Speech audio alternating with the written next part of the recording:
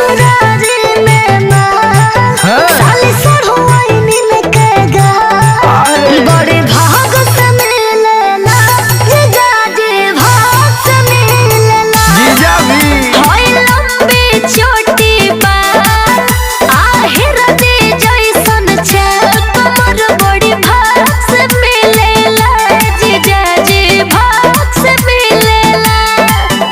अभी तो जीजा जी गाँव के हमार सब सखी सहेली मिलल चाहते और अब जाए फौहाल है। अरे साली जी फिर कबो आई त सबके लपेट ले।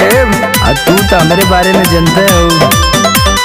तोहरे ला जीजा खुला बा खाला फिरी रसगुल्ला बुझत है अब तोरो व्यवस्था करे के हुई।